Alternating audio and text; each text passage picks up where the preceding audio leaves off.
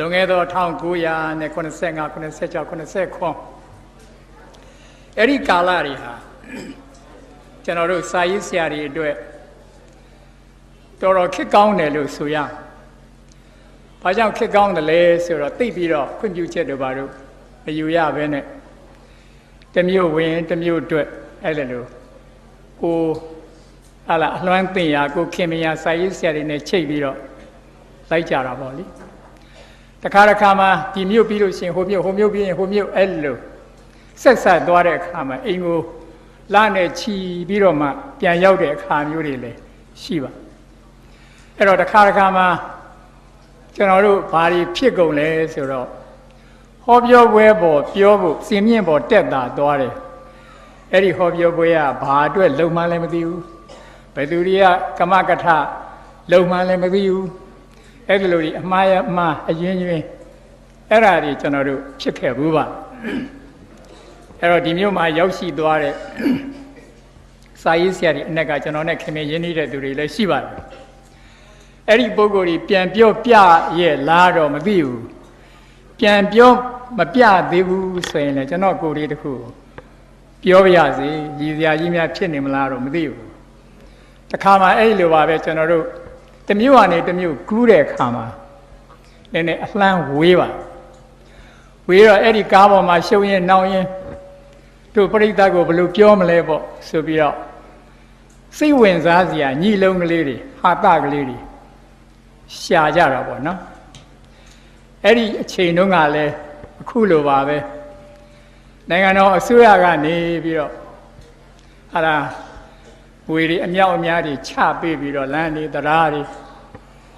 ဆောက်လုပ်ရေးတွေလုပ်နေတဲ့ကာလပေါ့အဲ့တော့စာရေးဆရာတို့ဇက်သမားတို့ဆိုတာခိုးတာဝှက်တာတို့မတမာတာတွေ့တာတို့ဒါတွေတွေ့ရင်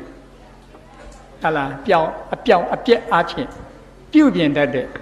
သဘာဝရှိပါအဲ့တော့အဲ့ဒီအပြုပြင်ခြင်းတဲ့ဟာလေးတွေကိုတို့ဘယ်လိုများဟာတသဘောနဲ့လုပ်ရင်ကောင်းမလဲဆိုပြီးတော့ပြောရင်ကနေပြီးတော့အဖြစ်ပြက်ဒီတစ်ခုရောက်အဲ့ဒါကတော့ဘာလဲဆိုတော့တခါမှာတဲ့ထာဝရဘုရားသခင်ကယမမင်းစီကိုလှမ်းပြီးတော့ဖုံးဆက်ဟယ်လိုယမမင်းပေါ့ဘုရားသခင်လားဟုတ်ပါတယ်ယမမင်းပါယမမင်းတို့ရဲ့ငရဲနိုင်ငံမှာဘယ်လိုအခြေအနေရှိလဲပေါ့အဲ့တော့ယမမင်းကဝင်းတာအားရအတန်ကြီးနဲ့ဘုရားသခင်ကျွန်တော်ပိုင်တဲ့ယမမင်းပိုင်တဲ့ငရဲမှာတော်တော်တိုးတက်နေပါလေဘုရားသခင်တော်တော်စိတ်ဆိုးသွားငရဲဆိုတာဟာဆိုးတဲ့ဆိုးအောင်ဆင်းရဲတဲ့ဆင်းရဲရမယ်နှိမ့်ကြတဲ့နှိမ့်ကြရမယ်အရက်ကတိုးတက်ပါတယ်ဆိုတော့ဘုရားသခင်နားခါတော့ယမင်းကောင်းကောင်းပြန်ပြောတာဘလို့ခင်ဗျငရဲပြင်မှာဘလို့အခြေအနေရှိလဲဘုရားသခင်တော်တော်တိုးတက်နေခင်ဗျားတခြားကြည့်ပြောတော့ဟုတ်ပါတယ်ဘုရားသခင်ပေါ့အခုဆိုဘုရားသခင်သိတယ်မလားပေါ့နိုင်ငံတော်ကတကယ်စေတနာအပြည့်အဝနဲ့ငွေလုံးငွေရင်းတွေအမြောက်အများချပြီးတော့ပြီးနေတဲ့လမ်းနေတရားတွေအတွက်အလုတ်လုတ်တဲ့သူတွေတော်တော်စွမ်းတယ်တခါတည်းကတ္တရာဘုံတွေလည်းသူတို့စားတာပဲပန်ချောင်းတွေလည်းစားတာပဲသိစွမ်းတဲ့ပုဂ္ဂိုလ်အဲ့ဒီပုဂ္ဂိုလ်တွေကျွန်တော်ငရဲရောက်နေယမမင်းခင်ဗျဘာတွေပြောနေတာလဲဘုရားသခင်ဆက်နားထောင်ပါအဲ့ဒီလန်ကရာကလူတွေနေမကသေးဘူးဘုရားသခင်ပေါ့ဆောက်လို့ရဘက်ကလူတွေရောလျှက်စစ်ဘက်ကလူတွေရောလာတော့ငရဲပြင်မှာမီးလည်းမပြတ်ဘူးဘုရားသခင်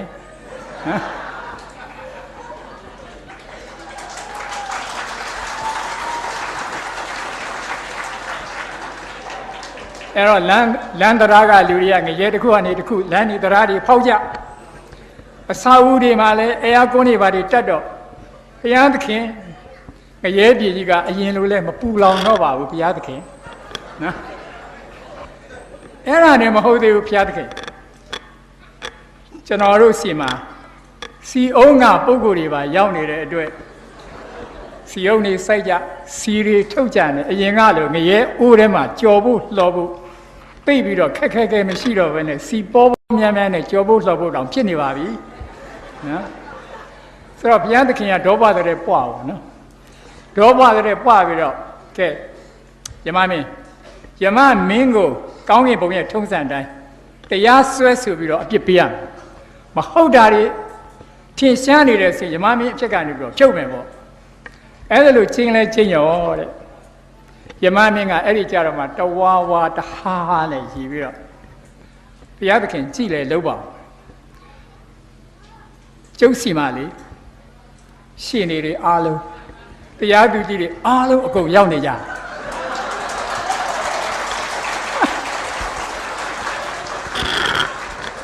ဘာနဲ့တရားဆွဲမှာလဲနော်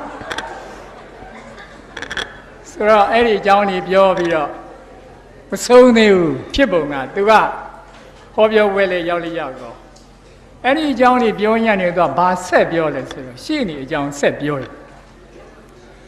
ဘယ်လိုပြောလဲဆိုတော့တစ်ခါမှတဲ့လမ်းထဲမှာရှေ့နေတူပေါ့နော်သေသွားတော့ထုံးစံတိုင်းလူငယ်လူရွယ်တွေကကျွန်တော်တို့အညာဘက်ပေါ့နော်မြေလဘက်မှာ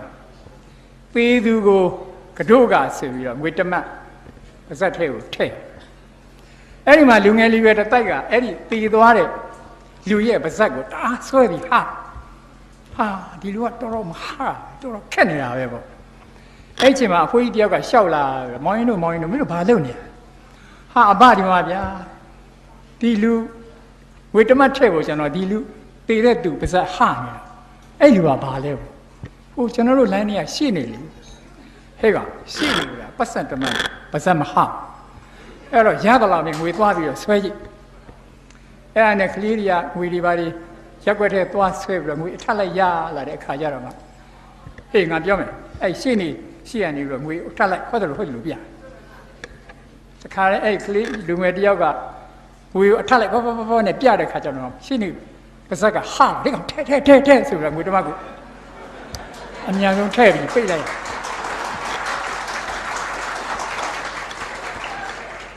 အဲ့ဒါနဲ့မပြီးသေးဘူး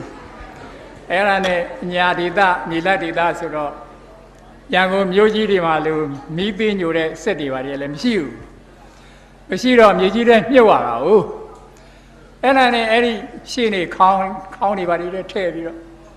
တင်းញိုင်းပို့တာပေါ့လေ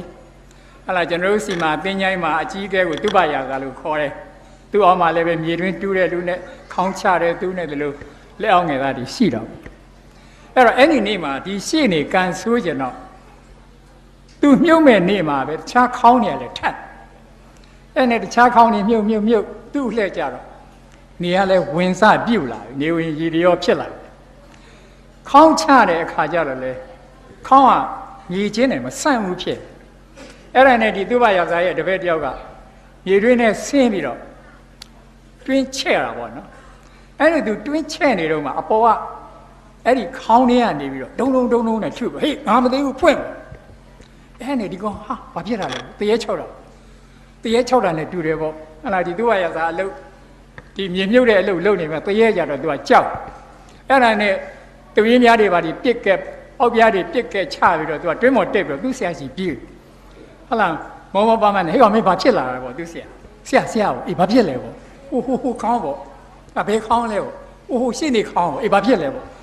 အထက်ကနေသူထုနေတဲ့ဆရာပေါ့ငါမသိဘူးလို့ဆိုပြီးတော့ဟေ့ကောင်မင်းရှင်းနေစကားနဲ့ယုံကြည်မြုပ်လိုက်နော်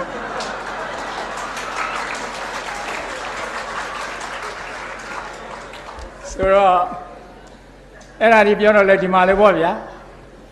ခြေကြမောကြပြီးတော့ဟောပြောပွဲကြီးကတော့ပြီးသွားဒါပေမဲ့ဟောပြောပွဲပြီးတဲ့အခါမှာစာရေးဆရာတွေရဲ့ထုံးစံအတိုင်းစားကြတောက်ကြတဲ့အခါကျတော့ကျွန်တော်တို့ကဒီဘက်ဝိုင်းသူတို့ကဟိုဘက်ဝိုင်းအဲ့ဒီမှာစားတောက်နေရနေပြီးတော့ရိုးဝုန်းနဲ့ဖြစ်ပြီးတော့ကြည့်လိုက်တော့ခုံဆွဲတဲ့လူကလည်းဆွဲပါညာပေါ့ရံဖြစ်ကြဟာဘလို့ဖြစ်တာလဲဆိုတော့အဲ့ဒီပြောတဲ့စာရေးဆရာကိုရိုက်မယ်ပုတ်မယ်လုပ်ဘာဖြစ်လို့လဲဆိုတော့အဲ့ဒီဟောပြောဝဲကိုကမကထလုပ်တာကရှေ့နေကြီးများအသင်ကလုပ်တာ အဲ့တော့အစူးမဆန်းမစင်မကျင်နဲ့ဟိုလိုက်ပြောဒီလိုက်ဟောနဲ့ကံကောင်းလို့ဟာလာထမင်းကမပြန်တဲ့အလှည့်တွေလည်းရှိပါတယ်အဲ့ဒါတွေကိုဒီလာတဲ့သူတွေများကျွန်တော်တို့အတွေ့အကြုံကိုပြောများပြဘူးသလားတော့မသိဘူးပေါ့နော်အဲ့တော့ကျွန်တော်အခုပြောပြတာတွေကိုဒီမှာရှင်းနေလို့တရားသူကြီးတို့များပိုင်ခွင့်လွတ်ပါဟာဒီဝယ်ပြီးပြောလို့တာမဟုတ်ပါဘူးကျွန်တော်ပြောလို့တာမဟုတ်ပါဘူးနော်အဲ့တော့ကျွန်တော်ဒီနေ့ဒီမှာပေါ့နော်စဉ်းစားထားတာကတော့လူဟာလူဘဝမှာဘယ်လိုနေမလဲဆိုတဲ့အမေးပြတ်တာပေါ့တာမန်ကြည့်မယ်ဆိုရင်တော့လွယ်ပါနော်ဘာကြောင့်များကျွန်တော်တို့လူလောကကိုရောက်လာတာလဲကျွန်တော်တို့အရှိတိုင်းသားတွေအတွက်မဆန်းပေမဲ့အနောက်တိုင်းသားတွေအနောက်ယဉ်ကျေးမှုအရာတော့အမတန်ဆန်းပါနော်ဘာဖြစ်လို့လူလောကကိုရောက်လာတာလဲအဲ့ဒီမှာဆိုရန်ကက်ဂီကာဆိုတဲ့စာရေးဆရာတယောက်ကသူ့ရဲ့ repetition ဆိုတဲ့စာအုပ်လေးတစ်အုပ်မှာဘာဒီသူကတန်တရားပွားထားလဲဆိုတော့ငါ့ကိုတဲ့ဒီလောကကြီးကိုရောက်အောင်ဘယ်သူပို့လိုက်တာနော်သူတို့ကတော့ဖန်ဆင်းတာကိုယုံကြတဲ့သူတွေကိုငါ့ကိုပို့လိုက်မယ်ဆိုတော့လေရောက်လာတော့လေအရာရာဟာငါ့အတွက်ဒဇိမ့်ဖြစ်နေတယ်အဖေအမေဆိုတာလဲစဉ်းစားကြည့်တာမှတကယ်တော့ဒဇိမ့်မယ်လို့ပြီးတော့မှသာကို့အဖေကို့အမေအမေဟိုကလည်းငါသားလေးငါသမီးလေးတကယ်တော့ဒဇိမ့်ပါမြင်းမြင်းရာရာဟာလဲသူ့အတွက်ဒဇိမ့်အရာရာဟာသူ့အတွက်စိမ့်ကားအဲ့ဒီလိုစိမ့်ကားတဲ့လောကကြီးတဲကိုငါ့ကိုဘယ်သူကပို့လိုက်တာငါဒီလောကကြီးဒီအချိန်မှာဒီလူတွေနဲ့ပေါင်းဖို့သင်းဖို့ဒီခေတ်ကြီးမှာငါ့ကိုသွားတော်လို့ဘယ်သူကငါ့ကိုခိုင်းလိုက်တယ်တကယ်ဆိုရင်ဒီလူလောကကိုသွားလို့သလားမသွားလို့ဘူးသားဆိုတာကိုငါ့ကိုတကယ်တော့တိုင်ပင်သင့်တယ်အဲ့တော့မတိုင်ပင်မဲနဲ့ငါ့ကိုဘာဖြစ်လို့ဒီလောကကြီးတဲ့ကိုပို့လိုက်ရတာလဲနော်ဒါဟာအနောက်တိုင်းမှာရှိတဲ့လူသားရဲ့တကယ်တော့ကြီးကျယ်တဲ့ပြဿနာနော်ဘာဖြစ်လို့လူလောကရောက်ဟာလားကျွန်တော်တို့လည်းခုအထိတော့မဖြေနိုင်ပါဘူးလူလောကကိုဘယ်လိုရောက်လာလဲဟိုသိပ္ပံပညာရှင်တွေဘာတွေကတော့ပြောကြတာပေါ့ဟာလားလူဖြစ်လာတာ4.8 သန်းရှိပြီဘယ်လိုလုပ်ဖြစ်လာလဲဆိုရင် evolution theory အရ anthropoid ဆိုတဲ့မြောက်မျိုးစုကနေတော့တဖြည်းဖြည်းနဲ့ဟာလားယဉ်ကျေးလာပြီးတော့4.8 သန်းလောက်ကာလကတော့လူလိုပဲမတ်လမ်းလျှောက်ရတဲ့လူလောကကိုရောက်လာတယ်စသဖြင့်ဒီလိုပြောကြနော်ဗုဒ္ဓဘာသာမှာတော့လူရဲ့အသက်ကအစမပြောကြဖန်ဆင်းခြင်းကိုယုံတဲ့သူတွေအတွက်ကလွယ်ကလေးဟာလားအာလာအရှင်မြတ်ကြောင့်God ကြောင့်Zoroasterကြောင့်ဗြဟ္မာကြီးကြောင့်လူလောကကိုရောက်လာတယ်လို့ပြောဖို့ရလွယ်ဟာလားဗုဒ္ဓဘာသာအတွက်တော့မလွယ်ဘူးနော်ကဲရောက်လာပြန်တော့ကိုဘယ်လောက်အဓိပ္ပာယ်ရှိလို့လဲအဲ့တော့ဒီလီယိုတော်စတိုင်ဆိုတဲ့ပုဂ္ဂိုလ်ကြီးကဥပမာလေးတစ်ခုဆောင်းထားလူတယောက်ကတဲ့လွင်ပြင်တစ်ခုကိုခရီးထွက်လာတဲ့အခါအဲ့ဒီအခိုက်အီယာမကြောက်ဖွယ်ကောင်းတဲ့တရဝါကြီးတွေကဘာရယ်လို့တော့ခေါ်ပြမထားဘူးသူ့နောက်ကိုလိုက်တော့ဟာအမတန်ကြောက်လန့်တဲ့ကြားနဲ့အဲ့ဒီလူဟာပြေးအုံးကွယ်ရရှာနောက်ဆုံးယူရင်းပြက်ကြီးတစ်ခုတည်းကိုသူဆင်းလိုက်တော့အပေါ်ပြန်ကြည့်လိုက်တော့လေအကောင်ကြီးကသူ့ကိုစားမယ်ဝါမယ်လို့စောင့်ဆင်းရင်နဲ့သူဆွဲထားတော့တစ်ကိုင်းတစ်ကိုင်းကိုသူဆွဲမိအဲ့ဒီတစ်ကိုင်းဆွဲရင်းကနေသူအောက်ကိုကြည့်လိုက်တော့လေအောက်မှာသူများကြလာရင်စားတော့မယ်ဝါတော့မယ်ဆိုတဲ့သဘောမျိုးနဲ့မွေးနဂါးကြီးတွေကပါဇက်ကြီးတစ်ပြင်းပြင်းနဲ့စောင့်နေကြသူဆွဲထားတဲ့အကိုင်းကကြည့်လိုက်ပြန်တော့လေသူဆွဲထားတဲ့အကိုင်းကိုကြွက်မဲနဲ့ကြွက်ဖြူကြီးနှစ်ကောင်ကကြွက်မဲကြီးတစ်ကောင်နဲ့ကြွက်ဖြူကြီးတစ်ကောင်ကတခါလေတစ်ကိုင်းကိုဝိုင်း ပတ်ပြီးတော့နော်ဖြတ်တိကိုင်းကကျုပ်ကြတော့မှာနော်အဲ့ဒီအခိုက်ကလေးမှာတိကိုင်းကလည်းလှုပ်တော့အပေါ်မှာရှိတဲ့ပြားအောင်ကနေပြီးတော့ပြားကောင်ကြီးကလည်းပွာလာပြီးသူ့ကိုဝိုင်းပြီးတော့တုတ်ကြအဲ့ဒီပြားအောင်တွေကနေပြီးတော့ပြားရည်တွေကသူ့နှစ်ဖူးကနေနှာခေါင်းကနေပြီးတော့နှခမ်းရောက်လာတဲ့ခါမှာအဲ့ဒီလူဟာတွေ့တော့မယ်လူဟာအဲ့ဒီပြားရည်လေးကိုရက်လိုက်သေးတယ်ဟုတ်ပါကျွန်တော်တို့လည်းဘာထူးလဲကျွန်တော်တို့နောက်ကိုအိုခြင်းတရားဆိုတာလေနာခြင်းတရားဆိုတာလေပေခြင်းတရားဆိုတာလေအခုနတရားဝါကြီးလိုပဲကျွန်တော်တို့နောက်ကိုလိုက်အောက်ကိုကြည့်လိုက်ပြန်တော့လေမွေနဂါးကြီးကကြလာရင်စားတော့မယ်ပြောလိုတာကပေခြင်းတရားဟာလေကျွန်တော်တို့ကိုစောင့်ပေခြင်းတရားစောင့်နေတဲ့ကာလကလေးမှာပဲဘဝတစ်ကိုင်းဆိုတာလေးကိုတွေ့ဖက်ရင်းနဲ့နော်ကျွန်တော်တို့ဘဝရဲ့သမုဒိယတဏှာဆိုတဲ့ပြားရည်ဇက်ကလေးကိုကျွန်တော်တို့ခံစားခြင်းလို့ဟလာဒီလောက်သိရမယ်ကြားတဲ့ကကျွန်တော်တို့ဘဝကိုတတ်မဲ့တုံးမယ်နော်သိရမှာကျင်းသေးတဲ့ဘဝမျိုးမှာအသေးမဥခင်ဘယ်လိုနေမလဲဆိုတဲ့ပြဿနာလူတိုင်းအတွက်အမှန်တန်အရေးကြီးပါတယ်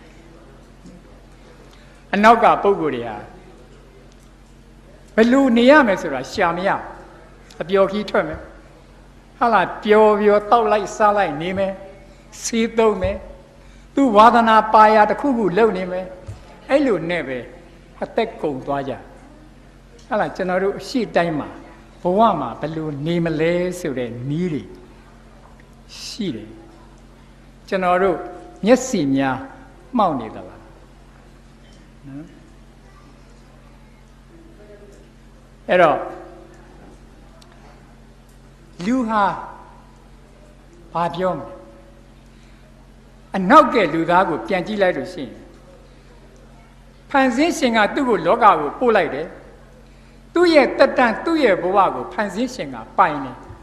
ဘုရားသခင်ရဲ့အလိုတော်တိုင်းဖန်ဆင်းရှင်ရဲ့အလိုတော်တိုင်းသူနေနေရသူဟာမလွတ်လပ်ဟာလားကြည်သမ်း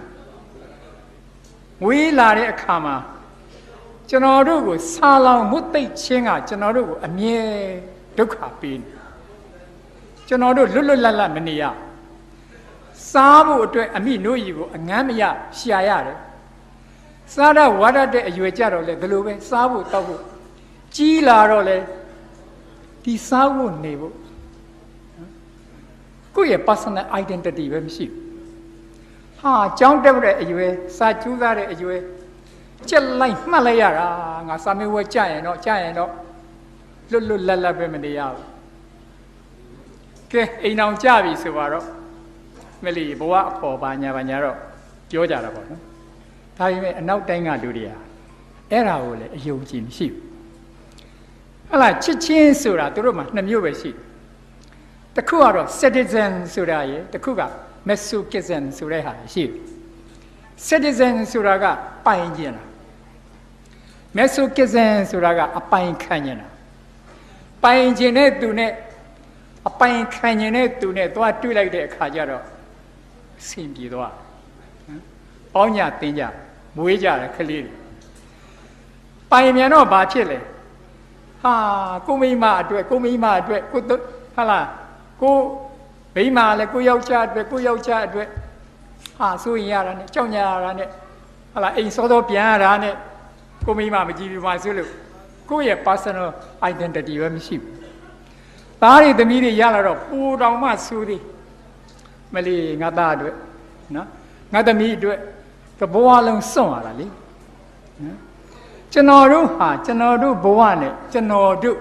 personal identity ခေါ်တဲ့ကိုဖြစ်တည်မှုနဲ့ကိုနေနိုင်သလားလို့မေးရင်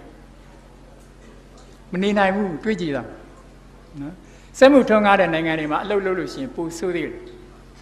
ဟာလားအဲ့ဒီကုမ္ပဏီတစ်ခုမှာစက်ရုံတစ်ခုမှာသွားအလုပ်လုပ်လို့ရှိရင်ဥပမာကျွန်တော်တို့ mobile phone ဆိုလို့ရှိရင်ကီးလေးတစ်ခုကိုပဲသူ့အလုပ်ကမပင်ပန်းပါ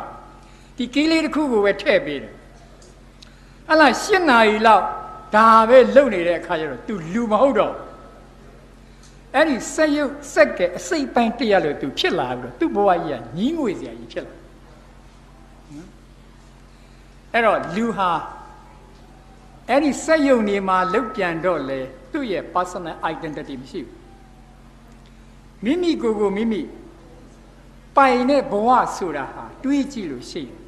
လူရဲ့တက်တန်အနှစ်တရာမှာထင်းတဲ့ရက်ပိုင်းနိုင်ပိုင်းတောင်မရှိဘူးလို့ထင်တယ်နော်သူများတွေပိုင်တောင်ဝတ္တရားတွေပိုင်နော်ဒါဆိုရင်ကျွန်တော်တို့ကိုယ်ဘဝကိုဘယ်လိုတည်ဆောက်မှာလဲနော် personal identity ကိုဘယ်လိုရှာမှာလဲဟလာသူတို့ကတော့ဟလာစကလုံးတစ်ခုထွင်ထားတယ် pingification လို့ခေါ်ဟလာလူဟာတဘာဝတရားကိုတုံ့ပြန်တဲ့အခါမှာပစ်ပင်တို့တိရစ္ဆာန်တို့ရဲ့တုံ့ပြန်မှုကို reactive လို့ခေါ်ဟလာပစ်ပင်တို့ပင်အလင်းရောင်တို့ကိုကိုယ်ပြီးပေါက်သွားတယ်ဒါပဲခွေးတကောင်အစာကျွေးကိုခေါ်ရင်လာတယ်ဒါတွေကတိရစ္ဆာန်တွေအရာဝတ္ထုတွေရဲ့တုံ့ပြန်လူကတော့လူဘဝရောက်လာတဲ့အခါမှာသူတုံ့ပြန်မှုဟာတိရစ္ဆာန်တွေအရာဝတ္ထုတွေနဲ့ခြားနာသူတုံ့ပြန်မှုကိုတော့ proactive လို့ခေါ်အသိပညာရှိတဲ့အတွက်ဘဝမှာငါဘယ်လိုနေမယ်ငါဘဝလမ်းကြောင်းကိုငါဘယ်လိုထွင်မယ်ငါဘဝကိုဘယ်လိုဖြစ်အောင်လုပ်မယ်ဆိုတဲ့သူမျိုးကတော့ proactive သမားလို့ခေါ်ကျန်တာကတော့အလုပ်ကလေးလုပ်မယ်ရတာလေးနဲ့စားမယ်အိမ်အောင်ပြုမယ်သားတွေသမီးတွေကျွေးမွေးမယ်ဆိုရင်တော့သူက reactive သမားဘာမှသူ့ဘဝထူးကြဒါဆိုရင်ထူးခြားခြင်းတဲ့သူဖြစ်ခြင်းရင်ကို personal identity ကိုဘယ်လိုရှာမလဲနော်အဲ့တော့ကိုဟာလာစဉ်းစားကြည့်ပါဒီကျွန်တော်တို့သမာချမ်းစာပေါ်မှာအပြည့်ပြုပြီးတော့ပုံမြင်လေးတစ်ခုပေါ်ရှိအဲ့ဒီပုံမြင်ကတော့ဗာလဲဆိုတော့အခါတော်နေ့တစ်နေ့ပေါ့ငါဒီဒါကတော့ဂျူးတွေဆိုတော့ခရစ်စမတ်အခါတော်နေ့လိုဟာမျိုးပေါ့ဟာလာ Thanksgiving Day လိုဟာမျိုးပေါ့အဲ့နေ့တစ်နေ့မှာတထေးတယောက်ကသူ့သား၃ယောက်ကိုခေါ်လိုက်တယ်သားတို့သားကြောင်ပေါ့အဲ့လိုခေါ်လိုက်ပြီးတော့အဲ့ဒီတထေးကြီးက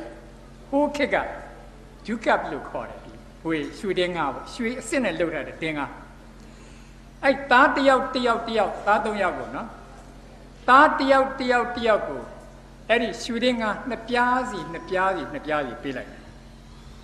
ပေးလိုက်ပြီးတော့ဖေကဘာပြောလဲဆိုတော့သားတို့နောင်အခါတော်နေ့ရောက်လို့ရှင်မင်းတို့နဲ့အဖေပြန်ဆုံကဲဟောကြတော့မင်းတို့ဒီရွှေတင်းငါတွေဘာလုပ်တယ်ဆိုတာလေအဖေသိတယ်မလွတ်လိုက်အဲ့တော့ပထမသားစဉ်းစားတော့ငါအဖေကြီးကချမ်းသာတော့ကက်စီနဲတယ်ပေးတော်ပြီးခဲ့ဒီရွှေတင်းငါနှစ်ပြားကိုငါရောင်းချပြီးတော့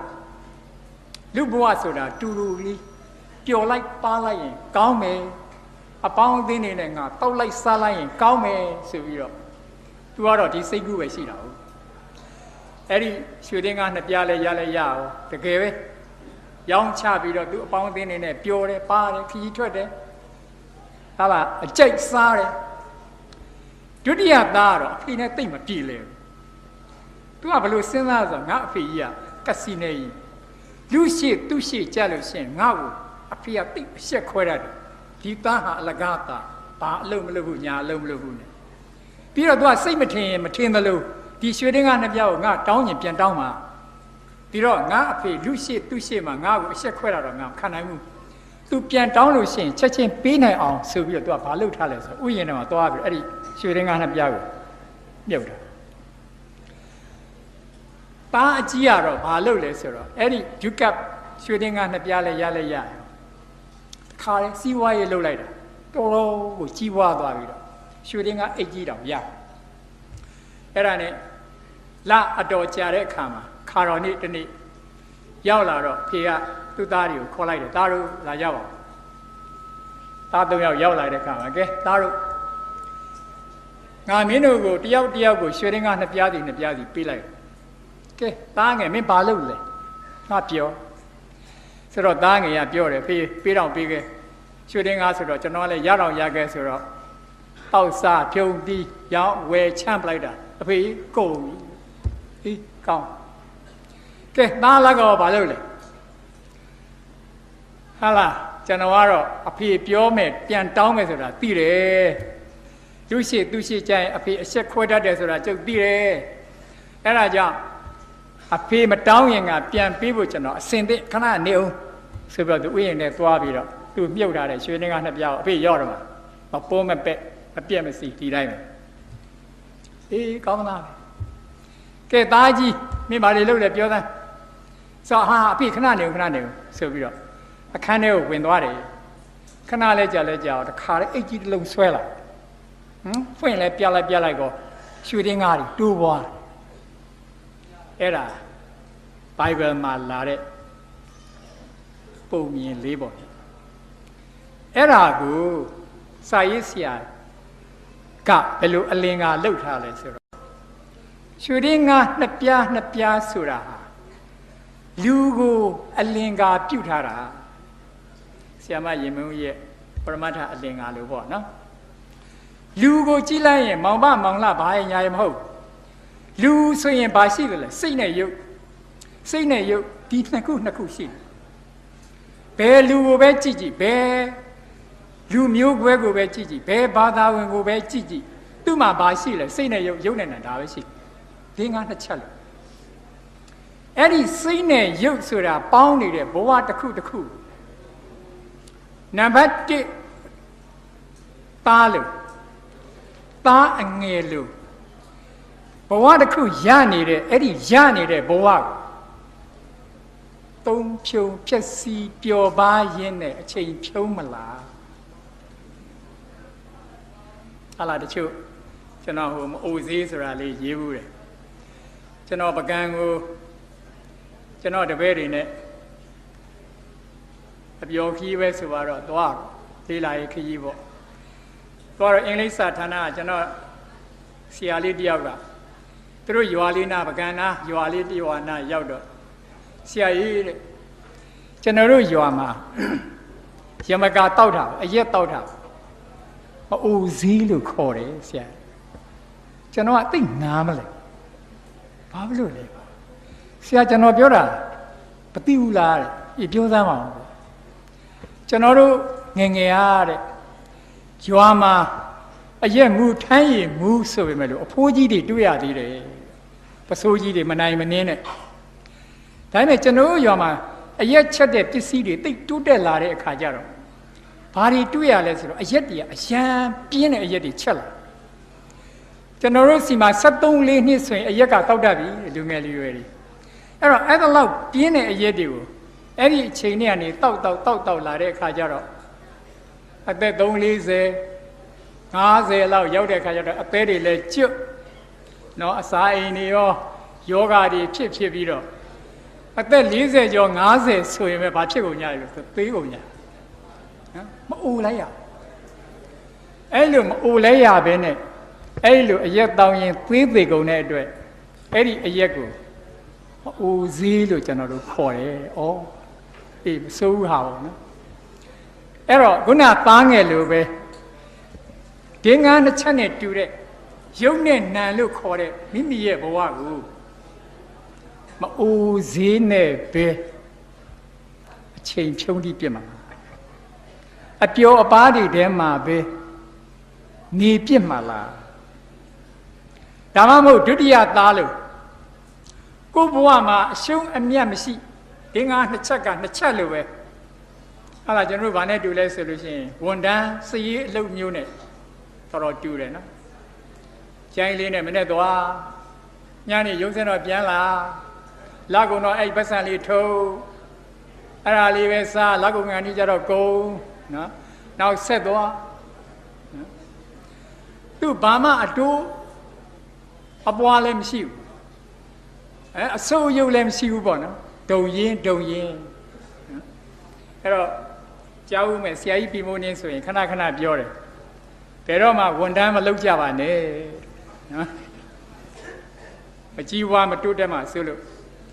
အဲ့တော့ကျွန်တော်တို့တွေဟာဒုတိယသားလို့အတိုးအဆုပ်မရှိကိုယ့်ဘဝကိုဒီလိုလေးပဲဘုရားကြောင့်လေးလဲသွားလိုက်အောင်မြင်တမဲ့တဖို့ရအောင်အားထုတ်တာလည်းမဟုတ်ဘူးသီလလေးယူပြန်လာလိုက်တရားဝဲသွားလိုက်တပည့်ကလေးပခုံးပေါ်တင်ပြီးတော့ပတ်စံလေးလှူလိုက်ပြန်လာလိုက်နောက်တစ်နေ့လဲဒီလိုနောက်တစ်နေ့လဲဒီလိုပဲအဲ့ဒီလိုနဲ့ပဲမြန်မာလူမျိုးတွေအချိန်ကုန်ညမှာလားနော်တို့ဒီမဟုတ်တတိယသားလို့ဒီငါနှစ်ချက်နဲ့တူတဲ့ရုပ်နဲ့နာမ်ပေါင်းထားတဲ့ဘဝကိုတိုးတက်တဲ့တိုးတက်အောင်လုပ်ကြပါလားလုပ်ရင်ဘာလုပ်မှလဲနော်ဒီဘဝကြီးမှာအခက်အခဲတွေရှိပါအဲ့ဒီအခက်အခဲတွေကိုကြောက်နေရင်တော့လေ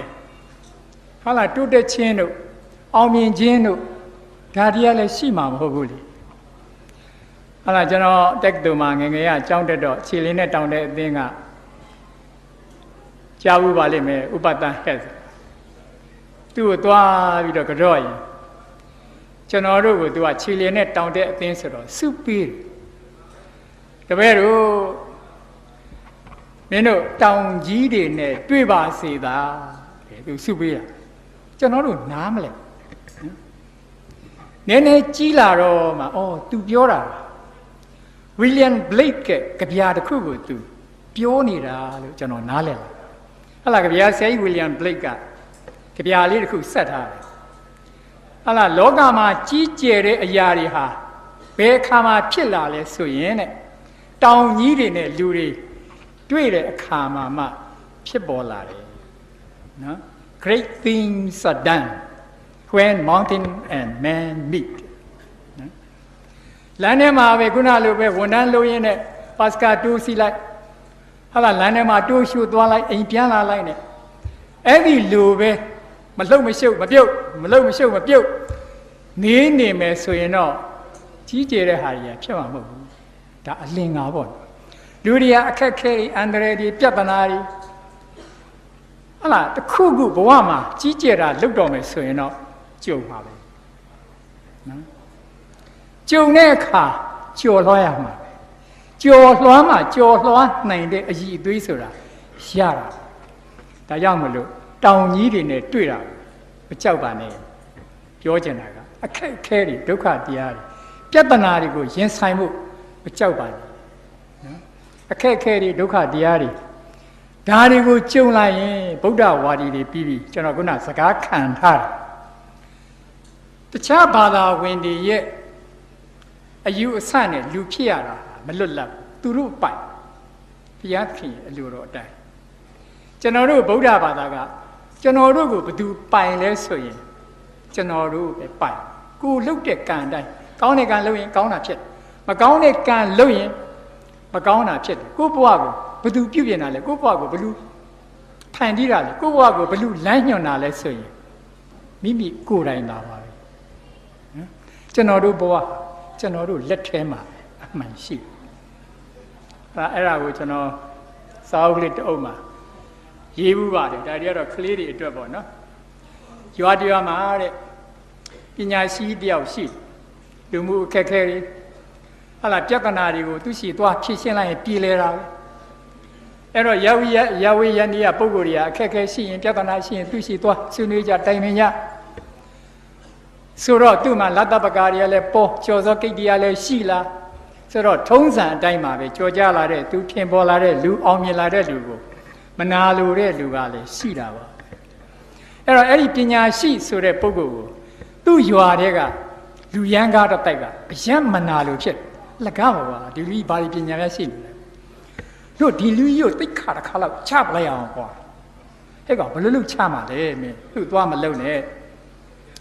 မင်းလော်လေးပါဆိုပြီးတော့တို့လူရန်ကားဆိုတော့ရန်ကားတဲ့အကြံဉာဏ်ပဲထုတ်ကြတာပေါ့နော်တို့ဘယ်လိုအကြံဉာဏ်ထုတ်လဲဆိုတော့ဟေးအဲ့ဒီ ပညာရှိဆိုတဲ့လူကြီးလာတဲ့လမ်းနေပြီးတော့မင်းတယောက်ကသွားဆောင်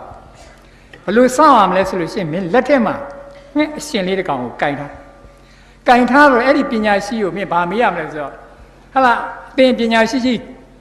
ကျုပ်လက်ထက်မှာကင်ထားတဲ့ငှက်အသေးလားအရှင်လားအရှင်ပါကွာဆိုရင်ဖြစ်ပြီးတော့တတ်ပြမယ်ဟောဒီမှာအသေးဟာလားအသေးပါကွာဆိုရင်လည်းငှက်ကလေးကိုလွတ်ပြမယ်သူဥစ္စာကဘယ်နဲ့မှရှောင်လို့မရဘူးအဲ့တော့အဲ့ဒီအကြံဉာဏ်နဲ့ကဲတို့တွေကသူမဖြစ်နိုင်လို့ရှိရင်ဝိုင်းပြီးတော့ဟားရတာပေါ့ကွာဆိုပြီးတော့သူတို့စီစဉ်ထားတဲ့အတိုင်းပဲတစ်နေ့မှလူရန်ကားတစ်တိုက်အဲ့ဒီပညာရှိလာမဲ့လမ်းမှာသွားပြီးစောင့်ညဟာလားလက်ထက်မှာလည်းငှက်အရှင်လေးကင်ထားပြီးတော့လာလဲလာရောအဲ့ဒီလူရန်ကားခေါင်းဆောင်ကကဲအသင်ပညာရှိကြီးဖြေစမ်းပါပညာတွေရှိလွန်းတဲ့ဆိုလို့ပေါ့ကျုပ်လက်ထက်မှာကင်ရတဲ့ငှက်အသေးလားအရှင်လားသူဘာပြောမှားတော့မှာလေအဲ့တော့အားလုံးကလည်းဝိုင်းပြီးဟားဖို့ပါဇက်ကလည်းပြင်ထားကြဒါပေမဲ့တဲ့သူတို့မဟားလိုက်ရဘူးဘာကြောင့်လဲဆိုတော့ပညာရှိကြီးကအဲ့ဒီရန်ကားတဲ့လူငယ်ကိုဂရုဏာနဲ့ကြည်ပြီးတော့မောင်းသဘောအတိုင်းပါပဲကွယ်နော်ဒီငှက်ဟာသူ့သဘောအတိုင်းရှိနေတာလေသူသေလို့ရတယ်လွတ်လို့ရဘယ်နဲ့မှဖြီးလို့မရတာဒါပေမဲ့ဒီမှာဆိုလိုတာအကောင်းအဆိုးဟာလူပေါ်မှာပဲဘုဒ္ဓကျွန်တော်တို့ဗုဒ္ဓဘာသာရဲ့အလိုအရအကောင်းအဆိုးသည်ဖန်ဆင်းရှင်ပေါ်မှာမူမတည်ဘူးအကောင်းအဆိုးသည်မိမိပေါ်မှာမူတည်တယ်မိမိဘဝကိုမိမိကောင်းအောင်လုပ်ရင်ကောင်းပါမိမိဘဝကိုဆိုးအောင်လုပ်ရင်ဆိုးမှာပဲပဓာနာအဖြစ်ကိုယ့်ရဲ့ဉာဏ်ဝရိယပေါ်မှာမူတည်တယ်နော်ဒီလိုပဲတိုင်းပြည်တစ်ပြည်ထူထောင်တဲ့အခါမှာဘယ်ပေါ်မှာမူတည်တာလဲမေးရင်တိုင်းသူပြည်သားတွေရဲ့အသိဉာဏ်ပေါ်မှာမူတည်တာပဲလူအဖွဲ့အစည်းတရားတိုးတက်တယ်မတိုးတက်ဘူးဆိုတာအဲ့ဒီအဖွဲ့အစည်းကလူတွေဟာအမျောအမြင်အစဉ်ဉာဏ်တရားတွေရှိသလားမရှိဘူးလားဆိုတာ ਨੇ တိုင်းပေါ်ပဲဟလာဘာပဲလုပ်လို့ဉာဏ်အမျောအမြင်ဟာဒီနေ့ age of knowledge မှာအဲ့လိုအရေးကြီးပါကျွန်တော်ဒီ1980ခုနှစ်မှာ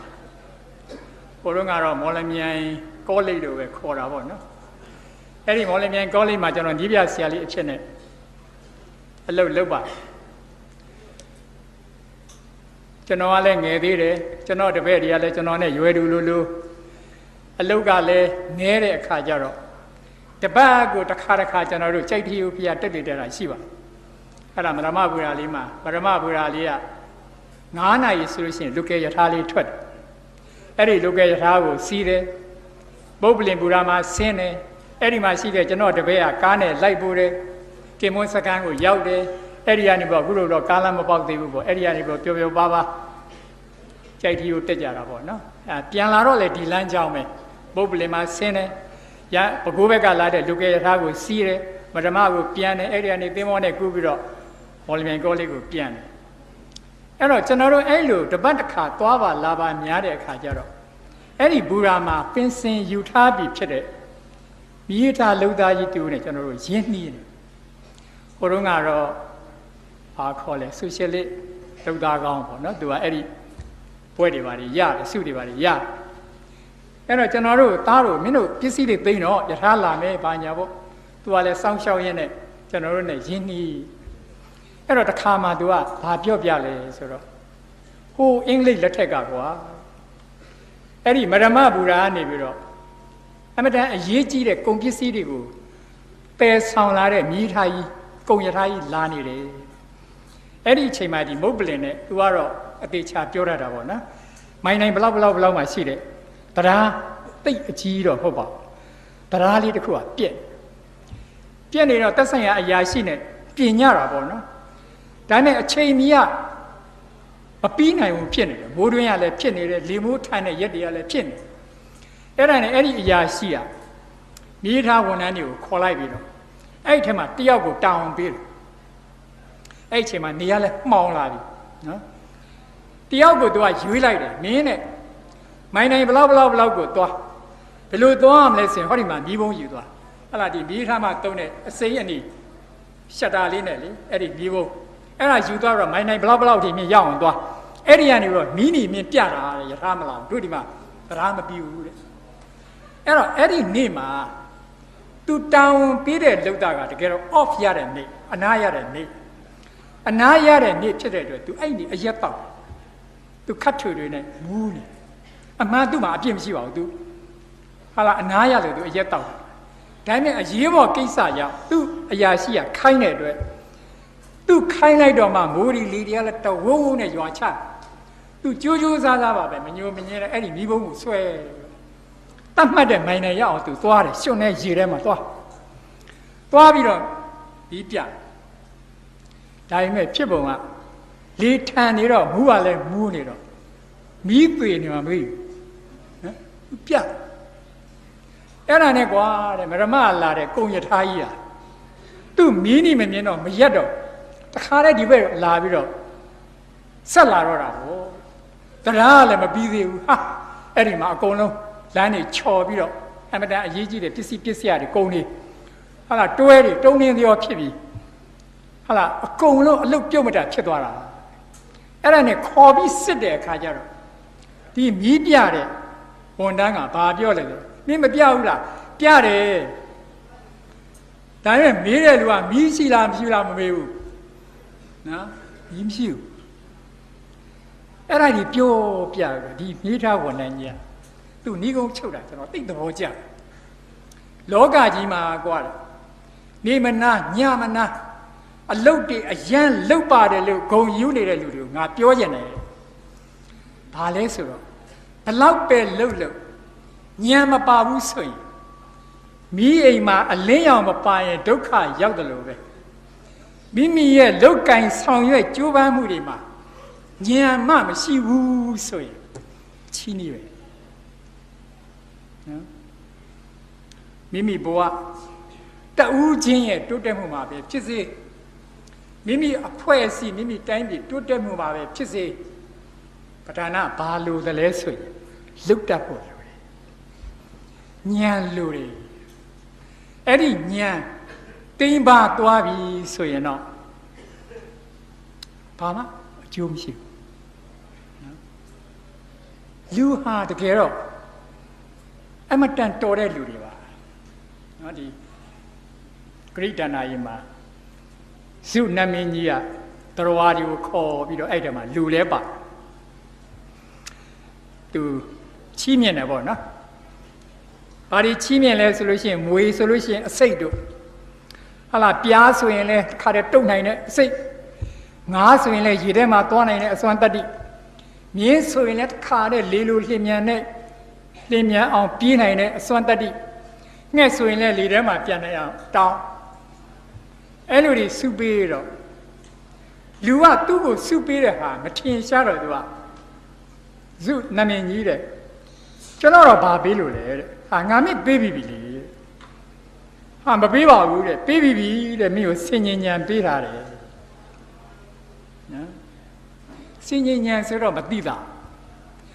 သို့တော်လေလူသည်ငှက်ထက်ပြန်နိုင်တဲ့လေရင်တွေဒီကနေ့ထွင်တာ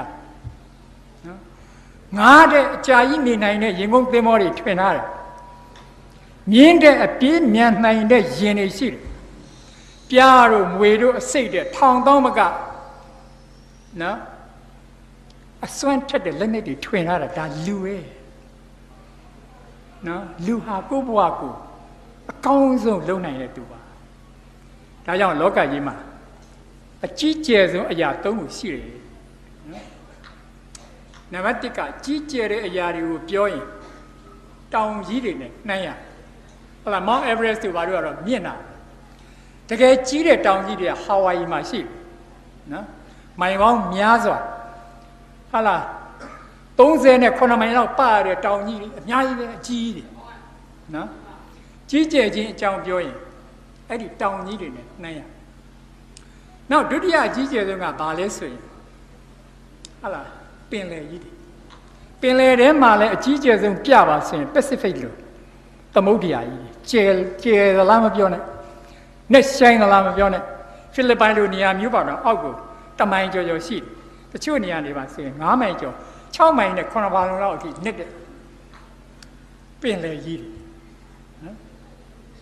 အဲ့တော့ကြီးကျယ်ခြင်းကိုပြောချင်ရင်တောင်ကြီးတွေနဲ့နှိုင်းတယ်ပင်လယ်ကြီးတွေနဲ့နှိုင်းတယ်ဒါပေမဲ့တဲ့ဒီတဲ့အကြီးကျယ်ဆုံးအရာတစ်ခုရှိတယ်အဲ့ဒါကတော့ဘာလဲဆိုရင်လူတယောက်စိတ်ကူးညံထုတ်နေတာအကြီးကျယ်ဆုံးပဲ Man at work on idea စိတ်ကူးထုတ်နေတယ်လူနော်အဲ့ဒါကောင်းနေဖြစ်စေမကောင်းနေဖြစ်စေကျွန်တော်ပြောပြကာမတ်ဆိုတာပြီးပါတယ်နော်တကယ်ကွန်မြူနစ်စနစ်ကြီးကိုထူထောင်ခဲ့တဲ့ကာမတ်သူ့ကိုအန္တရာယ်ကြီးများတော့သူအင်္ဂလန်ရောက်တယ်အဲ့ဒီလန်ဒန်ဗြိတိရှပြတိုက်ကြီးမှာရှိတဲ့စာကြီးတိုင်းမှာတကုန်းနဲ့သူရေးတွေး1848မှာကွန်မြူနစ်ကြီးညာစာတမ်းထွက်ကျွန်တော်တို့မြန်မာပြည်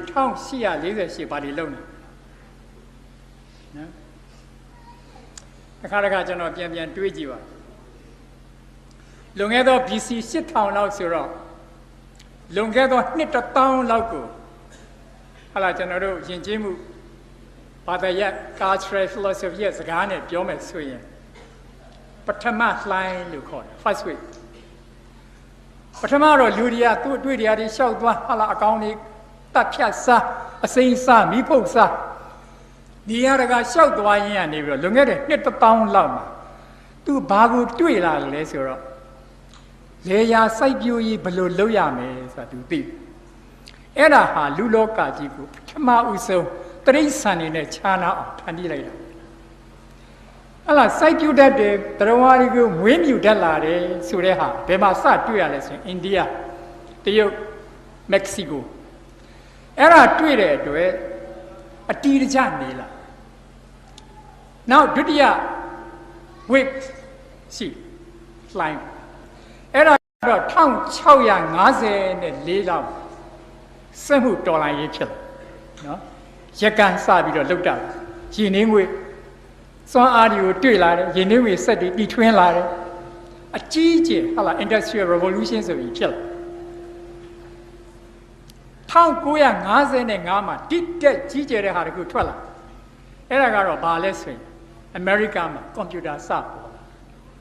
နော်စိုက်ပျိုးမွေးမြူရေးတွေစက်မှုတော်လှန်ရေးတွေအဲ့ဒီ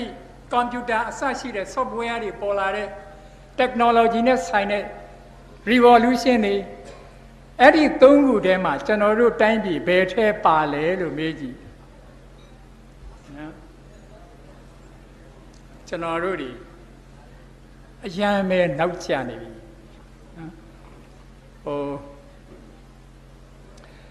ဒီမှာကြည့်ဦးပါလိမ့်မယ်အကြံမိုးလားနော်ရုပ်ရှင်လေပေါင်တင်ဦးရိုက်တဲ့တော်တော်လူတွေအသိများပါတယ်ဟလာခင်တန်းတွေနဲ့ဒီဘက်ကကိုနေအောင်နဲ့ချိန်တာလေခင်တန်းတို့ကိုရလိုက်ပြေးဖို့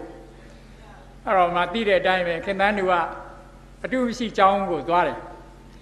ကိုနေအောင်ကလည်းပဲခိုးပြေးဖို့သွားတယ်သို့တော်လည်းသူ့တပည့်မလေးရဲ့အမေကဟာလာအသေးတန်ကြီးဖြစ်တဲ့အတွက်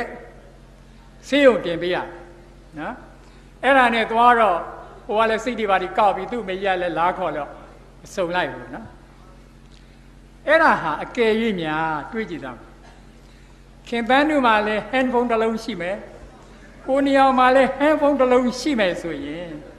ဟေးနေဦးမင်းအိမ်ကထွက်နေဦးငါလာမယ်နော်အကုန်ချင်းလို့ရနော်အဲ့ဒီ handphone လေးတယောက်တစ်လုံးမရှိတာနဲ့ဘာဖြစ်ကုန်ကြလောကကြီးကတော်တော်ကြောက်ဖို့ပေါ့နော်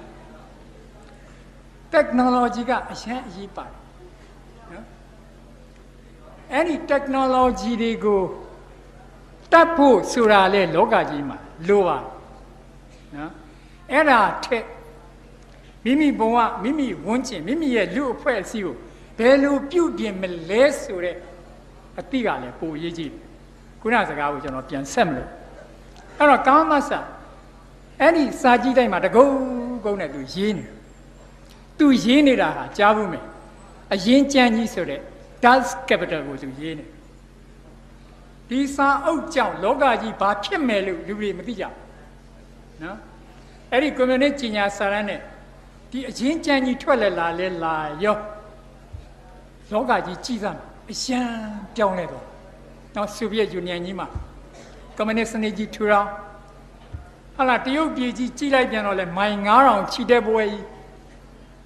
နော်တော်ကြောက်ဖို့ကောင်းတယ်မော်စီတုံးရဲ့မိုင်9000ချီတဲ့ပွဲမှာအရင်ရှင်လို့ထင်တဲ့သူမှန်လို့ရအကုန်တတ်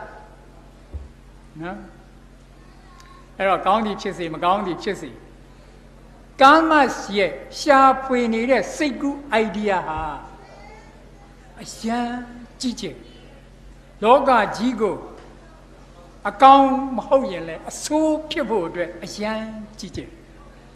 ဟာလားကျွန်တော်တို့ ਨੇ အနီးနာကမ်ဘောဒီးယားတို့မှာကြည်စမ်းမှာပိုပေါက်တို့ဟာလူတွေကို3 သန်းလောက်ဘယ်လိုလုပ်တတ်လဲဆိုသူကွန်မြူနစ်စနစ်ကိုမလိုက်ရကောင်းလားဆိုပြီးတော့တတ်တယ်တပ်ပုံတန်ကြီးရလည်းပဲကျင်းတူးရသေးတယ်ကျင်းတူးတော့လည်းကျင်းဒီဘက်ကရရတယ်ဘာလို့ဆိုတော့နောက်ကနေတနှက်နဲ့ပြစ်လိုက်လို့ရှေ့ကိုကြပြီးသားဖြစ်အောင်နော်အဲ့ဒီလိုကွန်မြူနစ်ငါကွန်မြူနစ်စနစ်ကိုမလိုက်နာရကောင်းလားဆိုပြီးတော့တတ်နေတာနော်3 သန်းလောက်လူစိတ်ကူးတွေနော်ကြောက်ဖို့ကောင်းတယ်ဟစ်တလာတို့ကဂျူးတွေကိုမုန်းလို့တတ်တာမှ6 သန်းလောက်ရှိတယ်ဟုတ်လားစတာလင်လက်ထက်လည်းရောက်တော့သူ့လိုတတ်တာတော့မဟုတ်ဘူးအဖိုးကြီးတွေအဖွားကြီးတွေကွန်မြူနစ်စနစ်မလိုက်နိုင်ဘူးသွားစိုက်ဘေးရီးယားကတူဟိုသွားဒီသွားနေတွေကိုနှင်လိုက်တာစင်ရင်လဲချုပ်တော့8 သန်းကျော်တယ်နော်လူတွေပေးရအဲ့တော့ငြိမ်းချမ်းခြင်းနဲ့ဆိုင်တဲ့ဂေါတမဗုဒ္ဓတို့လိုဟာလားမိဂရာုံတောမှာသူ idea တစ်ခု form လုပ်တော့ဓမ္မစကြာဟောတဲ့ဟာကြတော့လေဒီနေ့ကဘာသူကဘာသားတွေကိုဘလောက်အကျိုးပြုလဲစဉ်းစားကြည့်တော့နော်လူတယောက်စိတ်ကူးညံထုတ်နေဖို့ဟာအကောင်းထုတ်နိုင်ဖို့ဟာလူတိုင်းမှာလည်းတာဝန်ရှိတယ်လူအဖွဲ့အစည်းတိုင်းမှာလည်းတာဝန်ရှိတယ်နော်အဲ့တော့မကောင်းတာကတော့ထင်ရှားပါတယ်ကျွန်တော်တို့တောတွင်းမှာတော့ဟလာကို့အဖေကြီးကိုတစ်ပေမှာချိုးနဲ့ဒုတ်တောင်မဲ့ဝင်းဒုတ်စာအခေါင်းမရှိတဲ့ဒုတ်နဲ့နော်ကို့အဖေကိုကွန်မြူနစ်စနစ်ကိုအဟန့်တာပြုတ်ရမှာလားဆိုပြီးတော့ဝင်းဒုတ်နဲ့သားဖြစ်တဲ့ကောင်ကရိုက်တတ်တာနော် idea တစ်ခုအယူဆတစ်ခုမှားပြီးဟဲ့လွဲပြီးဟဲ့ဆိုရင်လေလောကကြီးကလူအဖွဲ့အစည်းကြီးကအယံနာခေါင်းဆောင်တယောက်ကမှားပြီးဟဲ့ဆိုရင်လေအများကြီးကနာတာပဲနော်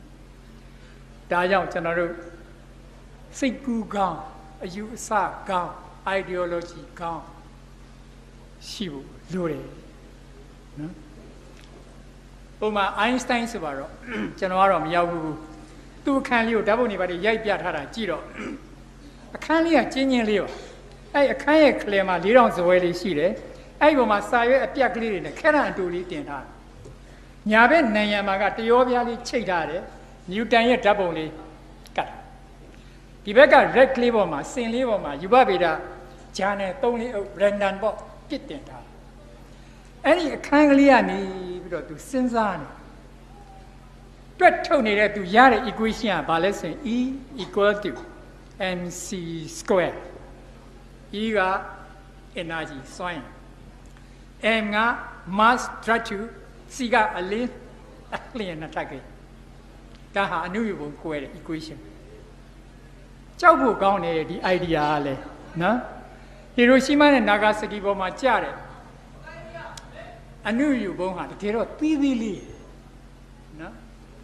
အဲ့တော့အကယ်၍များအိန္ဒိယမှာရှိတဲ့အနုယူပုံတွေအစ္စရေးမှာရှိတဲ့အနုယူပုံတွေအင်္ဂလန်အမေရိကဂျာမနီပြင်သစ်မှာရှိတဲ့အနုယူပုံတွေမြောက်ကိုရီးယားမှာရှိတဲ့အနုယူပုံတွေအကယ်၍များကွဲကြမယ်ဆိုရင်ဘယ်သူလှုပ်ထားတဲ့ဟာလဲလူတွေလှုပ်ထားတာ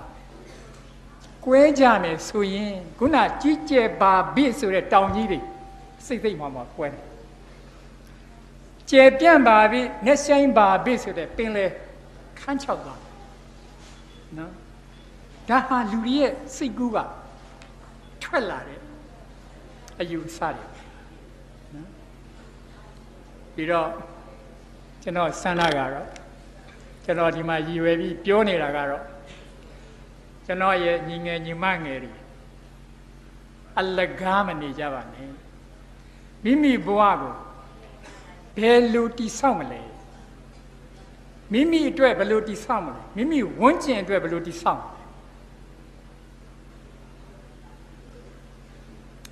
တည်ဆောက်ကြည့်ပါဟာလာလောလောဆယ်ဆယ်ကလေးကျွန်တော်အခုပေးကျင်တာကတော့ဟာလာအချက်ကလေး5ချက်ပါအားလဲဆိုတော့နံပါတ်1တရားတရားရှိပါတရားတရားနဲ့ကိုယ်ဝန်းကျင်ကလူလေးတွေကိုပြုပြင်ခြင်းနဲ့စိတ်ကလေးတွေမကောင်းတာလုပ်ရင်တဲ့ပေးခြင်းနဲ့စိတ်ကလေးတွေဒုက္ခရောက်နေရင်ကူညီခြင်းနဲ့စိတ်ကလေးတွေအဲ့စိတ်ကလေးကျွန်တော်တို့အဖွဲ့အစည်းမှာမွေးကြည့်စားမှာတနိုင်ကလေးကျွန်တော်တို့ကဘုန်းကြီးတွေသွားလှူလိုက်တာကျောင်းကြီးတွေဆောက်လိုက်တာလက်ကောက်တွေဖြုတ်ပြီးဟာလာစွန့်လွတ်လိုက်တာဒါပေမဲ့ရက်ွက်ထေးကစာမတက်တဲ့ကလေးကြတော့ကျောင်းမထားခြင်းထားကြတော့မကြည့်ခြင်းအဲ့တော့ကျွန်တော်ပြောချင်တာတနိုင်ကလေးကိုယ်ဝန်းကျင်ကလေးကိုတရားတရားလေးနဲ့ဘာလေးများလုပ်ပြရမလဲငါဘာလေးလုပ်ပြနိုင်တယ်လဲဆိုတာလေးလေ့ကျင့်ကြည့်သားအဲ့ဒီလူဟာဘာသာတရားအရာပြောမယ်ဆိုရင်တရားတရားရှိတဲ့သူရဲ့ကိုယ်ရည်ကိုယ်သွေးဟာနှစ်လို့ပဲရှိပါတင့်တယ်ပါအားကိုးခြင်းစပွဲဖြစ်တယ်ပင်ကိုကလှပတဲ့သူဆိုရင်တော့စူဝရမရှိဘူးအယုဇုအကြီးတန်းနေတဲ့လူပင်ဖြစ်ပါစေတရားတရားရှိတဲ့လူဆိုရင်တင့်တယ်ပါအားကိုးခြင်းစပွဲဖြစ်တယ်ဒီတော့နံပါတ်1တင့်တယ်တဲ့သူကလေးတင့်တယ်တဲ့သူဖြစ်အောင်ကြိုးစားကြည့်ကြရမယ်နံပါတ်2တယောက်ကတယောက်ကိုလေးစားစမ်းပါဟာလာအခုလူငယ်တွေကလူကြီးကိုလေးစားကြိုက်တယ်သူတို့ဒါပေမဲ့လူကြီးကလူငယ်ကိုလေးစားသလားဆိုတော့သူတို့ကြတော့တမျိုးသူတို့ခိုင်းနေတဲ့အခါကျတော့မင်းတို့ကကွာငယ်တော့ရွယ်တော့တန်တို့မြန်တော့ကြမ်းပါတော့မင်းတို့မလုပ်လို့ဘယ်ဖြစ်မလဲလုံးဝပေါ့သူတို့ကိုနေရာပေးစရာရှိတဲ့အခါကျတော့လူကြီးတွေကပါပြောတယ်မင်းတို့ကငယ်သေးတယ်နော်အတွေ့အကြုံမရှိသေးဘူးတို့လို့နော်အပြန်လာ respect မရှိဘူးအပေါ်နဲ့အောက်သားနဲ့အမိဘယ်သူပဲဖြစ်ဖြစ်တယောက်ကတယောက်ကိုလေးစားအဲ့ဒါကျွန်တော်တို့ဟိရိဩတ္တပပုဂ္ဂိုလ်ဖွင့်ရင်ဟိရိဆိုတာကကိုလေးစားအပ်တဲ့သူဖြစ်အောင်ကြိုးစားဩတ္တပကသူများကိုလည်းလေးစားငါကလီကောကောင်မဟုတ်ဘူးငါကိုငါတန်ဖိုးရှိအောင်နေမယ်ဆိုတာကိုလေးစားတာကိုလေးစားနေတဲ့သူဟာသူများကိုလည်းလေးစားနော်အဲ့တော့မိမိကိုလည်းလေးစားတယ်အများကိုလည်းလေးစားတယ်ဆိုရင်သူ့မှာလောလောဆယ်ဆယ်ရလာတဲ့အကျိုးကဘာလဲဆိုရင်သူပြောသမျှစကားဟာတီးတယ်ဒါလုံးမဲ့ကွာဆိုရင်နောက်ကလူတွေကလည်းလိုက်လို့ခေါင်းဆောင်ဖြစ်တဲ့သူမှာအဲ့ဒီလိုသာဆိုရင်သူ့ရဲ့အာဏာဟာဘာဖြစ်မှာပဲလဲအာဏာတည်မယ်သူကလည်းအောက်ကို respect မရှိဘူးအောက်ကလည်းသူ respect မရှိဘူးဆိုရင်သူဘလောက်ခိုင်ဝိုင်းပြီးတော့ညာနေမှာပဲဝိုင်းပြီးလိန်နေမှာပဲနော်ဘာသာရင်လိုက်ရောရင်လိုက်နဲ့နော်အဲ့ဒီလိုကြီးပဲဖြစ်နေပါဒါမှမဟုတ်ဒုတိယအချက်မိမိကိုယ်လည်းလေးစားပါအများကိုလည်းလေးစားကြည့်စမ်းလောကမှာအောင်မြင်ပါပဲနံပါတ်3အချိန်ခါကိုသိဖို့လို့တိုင်မင်ပေါ့မိမိဘဝမှာလည်းဒီလိုပဲငါနောက်တစ်နှစ်မှာဘာဖြစ်ရမယ်နောက်9နှစ်ကြာရင်ငါဘာဖြစ်ရမယ်ဆိုတဲ့ရည်ရွယ်ချက်ရည်မှန်းချက်နဲ့ planning ရှိရတိုင်းပြည်မှာလည်းဒီတိုင်းပဲကောင်းမွန်တဲ့ပညာရေးမှာ planning ကောင်းမွန်တဲ့စီးပွားရေးမှာ planning ရှိမယ်လုပ်တတ်မယ်ဆိုရင်ဒါအောင်မြင်တိုးတက်တယ်နော်ဒါမှမဟုတ်အချိန်ကာလကိုတတိထား ဟာလားဘာသာတရားအနေနဲ့ပြောမယ်ဆိုရင်အချိန်ကာလကိုလေးစားပြီးလုပ်တဲ့သူတွေဟာတဲ့ငယ်တဲ့အချိန်မှာရောရွယ်တဲ့အချိန်မှာရောဆွေကျင်တာတော့အရွယ်3ပါးမှာဟာလားအိုဒီအထိအဲ့ဒီလိုဟာဆင်းရဲမွဲတေတာတို့ကလိမ့်ကလေးဘဝမှာကြာရှုံးတာတို့မရှိဘူးအရွယ်3ပါးလုံးအဆင်ပြေတယ်နောက်နံပါတ်4ဘာလဲဆိုတော့တစ်ဖက်သားကိုအသုံးချပစ္စည်းအနေနဲ့မမြင်ပါနဲ့ Don't consider the others as means တစ်ဖက်သားကိုငါဒါလေးပေးလိုက်တဲ့အတွက်သူရှိကငါဘာပြန်ရမယ်ဆိုတဲ့ညှော်လင့်ချက်ဘယ်တော့မှမထားပါဟဲ့လားကျွန်တော်တို့ကအကျင့်ပါနေငါတို့ကတော့ကွာကုလဲရတာဟမ်သူ့ပဲကြတော့ပြန်ဆောင်တော့လက်မကြည့်ဘူးနော်ကျွန်တော်တို့ကအမြင်အကျိုးမျှော်ပြီးတော့ကုညီလေးရိုင်းပင်းလေးရှိအဲ့ဒီအကျင့်ကိုကျွန်တော်တို့ဖြောက်ကြပါစို့ကုလိုက်ပါဘာမှမမျှော်လင့်ပါနဲ့အဲ့လိုလူမျိုးဟာနေရာတကာမှာစိတ်ချမ်းသာမှုဖြည့်ဆည်းမှုရတယ်နောက်မို့ဆိုရင်တွေးတွေးနဲ့နောင်တတွေနဲ့ဘယ်တော့မှစိတ်မချမ်းသာနောက်နံပါတ်5မထိကြိုက်ပါဘာလုပ်လို့ဟာလားကိုကုသိုလ်ကောင်းမှုပြုတာတောင်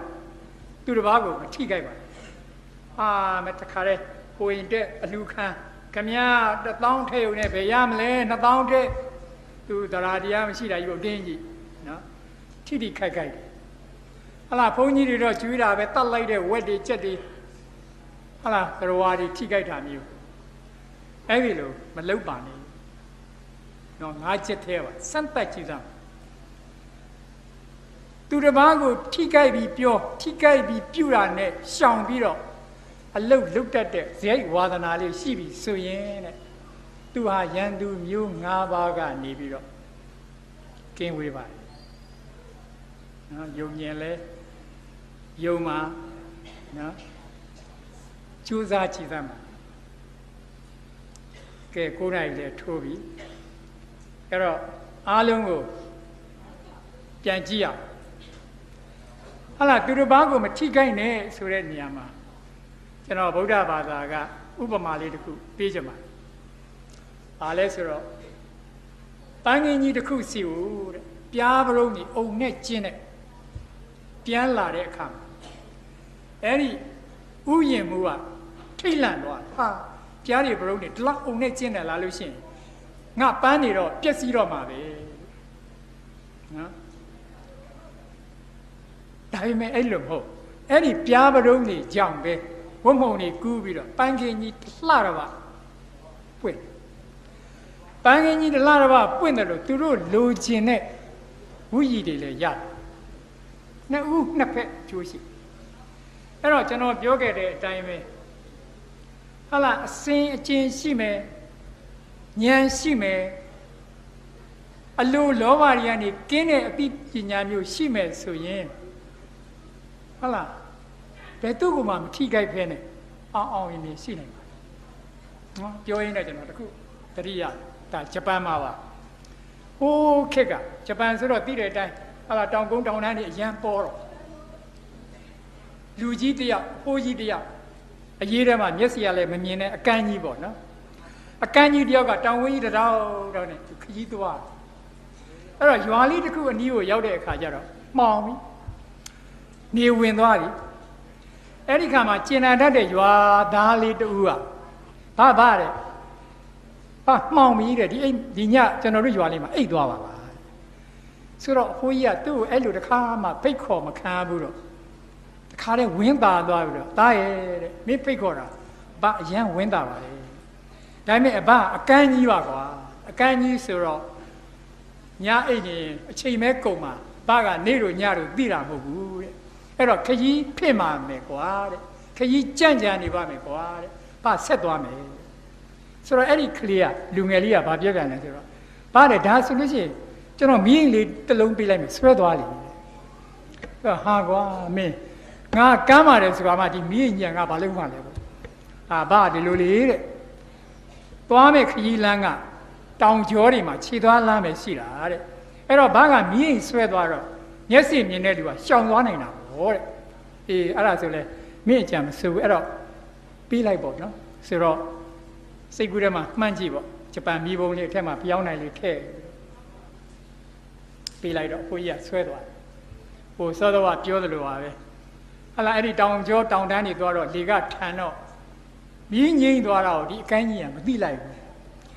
မသိတော့သူဆွဲသွားရင်လူတယောက်ကသူ့ကိုဘိုင်းကနေဆိုဝင်တိုက်တာပေါ့နော်တိုက်ကိုသူကဒေါသကာရီဖြစ်ပဲဟဲ့ကောင်မင်းကန်းနေသလားပေါ့ဘာကန်းနေတာဒီငါမီးပုံးဆွဲလာတော့မမြင်ဘူးလားပေါ့ဆိုတော့သူမီးလည်းမရှိပဲနဲ့သူကပြောခင်ဗျမီးပုံးကဘာမီးရှိလို့လဲအော်မီးသိနေသလားပေါ့မီးသိနေတာဘယ်တော့မှသိနေမှတော့မသိဘူးခင်ဗျဘာလို့ညင်းနေတာလဲဘာညာပေါ့နော်ဟိုလူကပြောတော့မှအဖိုးကြီးကတောင်းပန်တယ်အေးကွယ်တဲ့ငါအကန်းကြီးပါတဲ့မီးရှိလို့ဟလာမီးငိမ့်မှမငိမ့်မှလည်းငါမသိလို့ပါကွယ်ဆိုတော့တောင်းပန်အနုညွတ်တောင်းပန်လိုက်တော့တစ်ဖက်ကလူကလည်းကျေနပ်ပြီးတော့ခကြီးဆက်သွားရတာပေါ့နော်အဲ့တော့တောင်ဝေးတထောက်ထောက်နဲ့သူရှောက်ရင်းနဲ့ခက်လှမ်းလှမ်းရောက်တော့အဖိုးအိုကအတန်ထွက်ပြီးတော့ညီးတယ်တဲ့ဩတဲ့တကယ်မှောင်တော့လည်းပဲကန်းတဲ့သူရောမြင်တဲ့သူရောဟာတူတူပါပဲလားနော်ဒါကအလင်းကကျွန်တော်တို့ဟာတစ်ခါမှဒေါသတွေဖြစ်ရင်မှောင်သွားတာအကောင်းဆုံးအမှန်မှအကောင်းဆုံးတွေမသိတော့ဟလာဇွတ်တရွတ်ဒီကမှုရှုလို့ဒီလှုပ်မှားတာနော်နောက်ဆန္ဒဒေါသဘယမောဟဆိုတဲ့ချစ်ချင်းကြောင့်မုန်းချင်းကြောင့်ကြောက်ချင်းကြောင့်အဲ့ဒီတရားတွေဖိစီးလာတဲ့အခါမှာလေကျွန်တော်တို့ကမှောင်သွားတာပဲနော်ဒီ Russian စကားပုံတစ်ခုရှိတယ် when money speaks ငွေကစကားပြောတဲ့အခါမှာthe truth is silent အမှန်တရားကတိတ်ဆိတ်နေတယ်နော်ဒီလိုပဲလေအဲ့ဒါတရားဥပဒေဟာတရားဥပဒေကိုကင်မဲ့သူတွေရှိနေတယ်များတော့အဲ့တရားဥပဒေက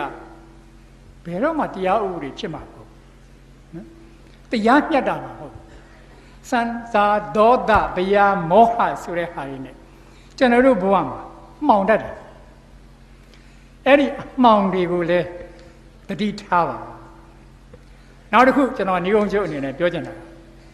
ကြိုးစားဖို့နော်အသိပညာရှိဖို့ကိုယ်ဘဝကိုတိုးတက်အောင်လုပ်ဖို့ကျွန်တော်ပြောခဲ့အဲ့ဒီအထက်မှာမြမလူပောင်အဖွဲ့အစည်းထေရဝါဒဗုဒ္ဓသာသနာယဉ်ကျေးမှုယင်ခွင်မှာရှိခဲ့ကြတဲ့ကျွန်တော်တို့မြန်မာတွေအတွက်အရေးကြီးဆုံးကဘာလဲဆိုရင်အကျင့်သီလနော်ဒါကိုလည်းကျွန်တော်အဖြစ်အပျက်ကလေးတစ်ခုနဲ့ပြောရင်ညီကုန်းချုပ်ပါအခုနပြောခဲ့တဲ့ Pacific မှာပဲ American စစ်သင်္ဘော2စီးစီးရေးလေ့ကျင့်နေကြအဲ့ဒီစီးရေးလေ့ကျင့်နေကြတဲ့အချိန်မှာရာသီဥတုကအရန်ဆိုးသွားပြီးတော့နှင်းမုန်တိုင်းတွေကြဟလာလေတွေကထမ်းလာတဲ့အတွက်အဲ့ဒီသင်္ဘော2စီးလုံးကိုဦးစီးနေတဲ့ကပ္ပတိန်ကသူအမိန့်ပေးတယ်ဟေးမင်းတို့သင်္ဘောကို80နောက်ဆင့်တန်းလိုက်တန်းပြီးတော့ဒီဂရီဘလောက်ကိုခုတ်ဆိုပြီးတော့သူကိုယ်တိုင်ကြီးကြပ်ပြီးတော့မောင်းလာရာသီဥတုကအရန်ဆိုးတယ်အဲ့လိုမောင်းလာလို့မကြခင်မှာရှေ့သင်္ဘောကနေပြီးတော့ဟာလာစောင့်ကြည့်နေတဲ့သူကနောက်ကကပ္ပတိန်ကိုသတင်းပို့တယ်ကပ္ပတိန်နဲ့ရှေ့မှာမြင်းမြင်တယ်အလင်းရောင်မြင်တယ်ပေါ့အဲ့တော့ကပ္ပတိန်ကပြန်ပြောတယ်အဲ့ဒီမီးကငြိမ်နေတဲ့မီးလားလှုပ်ရှားနေတဲ့မီးလားဒါသင်္ဘောလိုက်ဘူးတဲ့သူတွေဆိုရင်တော့သိမှာပေါ့နော်ဟိုရှောက်ချထားတဲ့ဟာလားပွားနေတဲ့သင်္ဘောလားပေါ့အဲ့တော့အဲ့ဒီသင်္ဘောသားပြန်သတင်းပို့တယ်ကပ္ပတိန်နဲ့ငြိမ်နေတဲ့မီးပါတဲ့အေးအဲ့ဒါဆိုရင်မြင်သတင်းလှမ်းပို့လိုက်တဲ့တို့ဟောဒီမှာသင်္ဘောတွေလာနေတယ်20ဒီဂရီစောင်းပေးပါလို့သတင်းပို့လိုက်အဲ့ဒါနဲ့အဲ့ဒီသင်္ဘောသားကလည်းအဲ့ဒီမီးရှိတဲ့နေရာသတင်းပို့တယ်သင်္ဘော2စီးစက်တိုက်လာနေတယ်20ဒီဂရီစောင်းပေးပါဆိုတော့ဟိုကနေပြီးတော့လည်းချက်ချင်းသတင်းပြန်လာတယ်ခင်များတို့သင်္ဘော2စီးပဲ20ဒီဂရီစောင်းပြီးသွားပါဆိုတော့ကပ္ပတိန်အဲ့လိုပဲဟိုကသတင်းပို့နေတယ်ဆိုတော့ကပ္ပတိန်ကဟာလားစစ်သင်္ဘောကြီးလည်းဖြစ်နေတော့ဒေါ်လာဖြစ်သွားတာပေါ့နော်ဟဲ့တဲ့ငါကိုယ်တိုင်ကပ္ပတိန်ကိုယ်တိုင်သတင်းပို့နေတာနော်တဲ့ဆိုတော့ဟိုဘက်ကလည်းသတင်းပြန်လာတယ်ကျွန်တော်လည်းဝါရင်သင်္ဘောသားတယောက်အနေနဲ့သတင်းပို့နေပါလားပါ အဲ့တော့ तू ကကတိန်နဲ့သင်္ဘောသားတော်တော်ကွာနေပြီလေအဲ့တော့ပူပြီးဒေါသထွက်လာပြီးတော့ကတိန်ကဟေ့ဒါမြင့်စစ်သင်္ဘောနော်တဲ့နည်းနည်းမအောင်မင်းနဲ့အဲ့တော့ဟိုဘက်ကလည်းဒေါသနဲ့ဟုတ်ပါတယ်တဲ့ကျုပ်ကလည်းမီးပြတိုက်ပါတဲ့မီးပြတိုက်ဘာလုပ်ချင်ဝင်တိုက်မှာနော်မီးပြတိုက်ဆိုတာဟာဒီနေရာမှာအန္တရာယ်ရှိတယ်ကြောက်ဆောင်ကြီးတွေရှိတယ်တိုက်ရင်တော့ဒုက္ခရောက်မယ်ဆိုတာကိုဘာလုပ်နေရပြအဲ့ဒါကြောင့်တဲ့ကျွန်တော်တို့သင်္ဘောစစ်သင်္ဘော20မဲ့20ဒီဂရီစောင်းပြီးတော့ဟောင်းငယ်ရပါတယ်ပြောချင်တာကျွန်တော်တို့ဘဝမှာရှိတဲ့ကိုချင်းတရားဆိုတာဘာလို့ရင်ကုသိုလ်ဖြစ်တယ်ဘာလို့ရင်အကုသိုလ်ဖြစ်တယ်ဆိုတဲ့ဟာအဲ့ဒီမိပြတိုင်းနဲ့အလားတရာတူတယ်အဲ့ဒီကိုချင်းတရားစီးမြင်တွေကိုဖောက်ဖျက်ပြီးတော့လှုပ်ဆောင်ကြိုးစားနေတဲ့သူတွေဆိုရင်တော့တနေ့နေ့တစ်ချိန်ချိန်မှာအဲ့ဒီကြောက်ဆောင်ဝင်တိုက်တွေကဘဝပြတ်တယ်ဒါကြောင့်ကျွန်တော်တောင်းပန်နေတာကကြိုးစားကြပါသို့တော်လေကျွန်တော်တို့ယဉ်ကျေးမှုမှာရှိတဲ့ကိုချင်းတရားစီးမြင်တွေကိုတော့ကျွန်တော်တို့ဘဝမှားမှန်ကောင်းဆိုးကိုညွှန်ပြနေတဲ့ဤပြတိုက်တဲ့ဖွယ်ဖြစ်တယ်လို့စိတ်ထဲမှာတတိထားပြီးတော့ဆက်လက်အောင်မြင်အောင်ကြိုးစားကြပါ